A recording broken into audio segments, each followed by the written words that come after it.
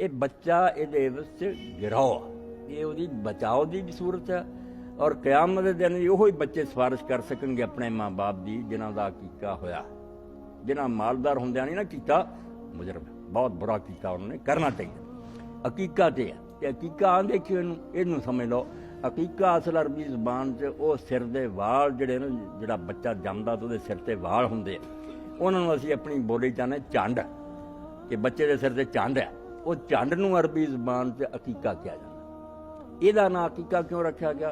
असल नाम इहदा दमो अकीका कि वो झंड लवाई दा जानवर पूरा नाम जिहड़ा झंड जिस वे लवाउणी है 7वें दिन का हो जाए खैर खैर ना वाल मनाओ उस मौका ते जानवर दा करो। इस तो ये उस शुकराने च भी अलहमदुलिल्लाह बच्चा 7 दिनों का हो गया अज वो सिर के वाल साफ होने। असल जो अकीका उहदा ना ये दमे अकीका कि वह झंड लवाई के मौका से खून बहाना अल्लाह नूं पसंद है।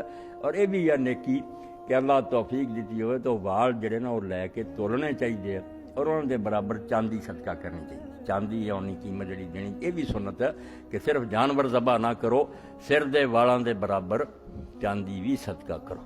रसूल करीम अलैहिस्सलाम ने हज़रत फातिमा रज़ी अल्लाह फरमाया जो हसन हुसैन पैदा होए कि इन्हों के सिर के वालों के बराबर चांदी भी सदका करो वो भी करनी चाहिए। ये तो है अकीके की हकीकत कि असल जो सिर के वालों का नाम है उस दिन मुंडे जाते हैं शुकराने के तौर ज़बा करने का हुक्म है।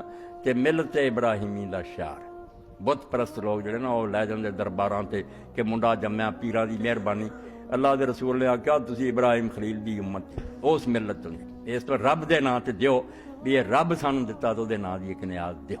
ये शुकराने का बच्चा हकीकत है 7 दिन तक सुन्नत है 7 दिन तक नहीं 7वें दिन सुन्नत है। यह नहीं कहना चाहिए 7 दिन तक यदा तो मतलब है भावें पहले दिन कर लो तक का दूजे ना 7वें दिन गिन के कि बच्चा कि दिन पैदा होया उतों जो 7वां दिन बने उस तो अगे पिछे नहीं। जिमें जुमा अज ही है ना एक कल नूं पढ़ो या बुध वाले दिन पढ़ो तो फिर जुमा कोई नहीं हो। 7वां दिन याद रखो कोई नहीं कहना भी बीवी है नहीं इत्थे जे बच्चा है नहीं इत्थे सब पखंड है वो जिथे मर्जी है जानवर दबा कर 7वां दिन लंघदा पिया मुड़ के तू हकीका कितों करना। 7वें दिन हजूर ने फरमाया ना 14 ना 21 कुछ नहीं सब एवं सही फिरवाता 7वें दिन करो जी तौफीक नहीं चला दे हवाले। अगर बाद में किया जाए तो क्या सुन्नत रहती अकीका नहीं रहिंदा सदका। जिमें रसूल करीम अलैहिस्सलाम फरमाया सदका फितर जड़ा ईद छोटी जो नमाजों पहला दे दो तो सदका फितर बाद जो तो सदका खैरात तो है ही मगर फिर वो सदका फितर नहीं।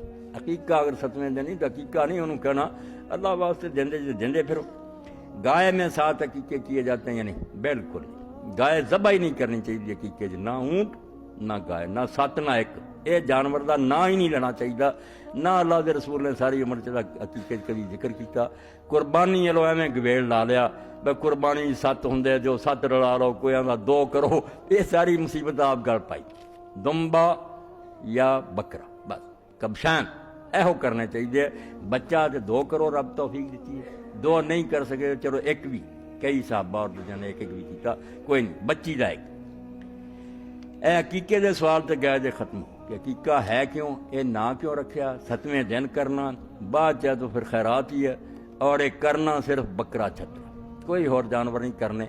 ये ऊँट गाइयां के चक्कर च एवें पैंदे फिर आपे रौले च पै गए कुछ आंदे 7 बन जाते हिस्से कुरबानी कुछ आंदे नहीं जे पंगा लिया तो 2 गाइयां एक वालों कर तो 2 ऊँट एक वालों कर 2 जाना दे फिर मुसीबत तुसीं इस चक्कर पै ही क्यों जी। वो जानवर करो जो अल्लाह के रसूल ने किए बकरे छतरे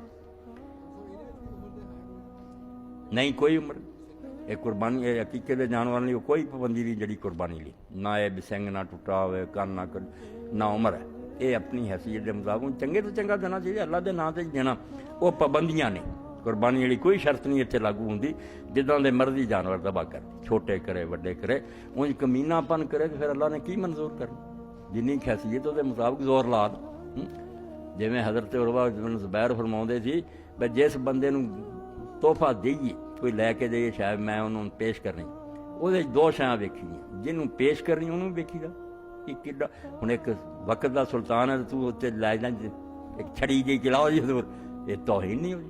तो दूजे पासे देण वाले नूं अपनी हैसीयत वेखनी चाहिए माड़ा तो कोई गल नहीं अगर वो चंगा भला तो अल्लाह के नाम से नकम्मी शायद अल्लाह को मेरे नाल ठट्ठा करना ਇਹ ਮੇਰੀ ਦਰਬਾਰ ਤੋਂ ਦੇਣ ਵਾਲਾ ਵੀ ਆਪਣੀ ਪੋਜੀਸ਼ਨ ਵੇਖੇ, ਉਧਰੋਂ ਰੱਬ ਦੀ ਬਾਰਗਾਹ ਵੇਖੇ, ਉਹਦੇ ਨਾਂ ਤੇ ਦੇਣਾ ਆਰਾ ਤੁਆਰਾ, ਮਗਰ ਪਾਬੰਦੀਆਂ ਨਹੀਂ ਉਹ ਮੇਰੀ ਕੁਰਬਾਨੀ।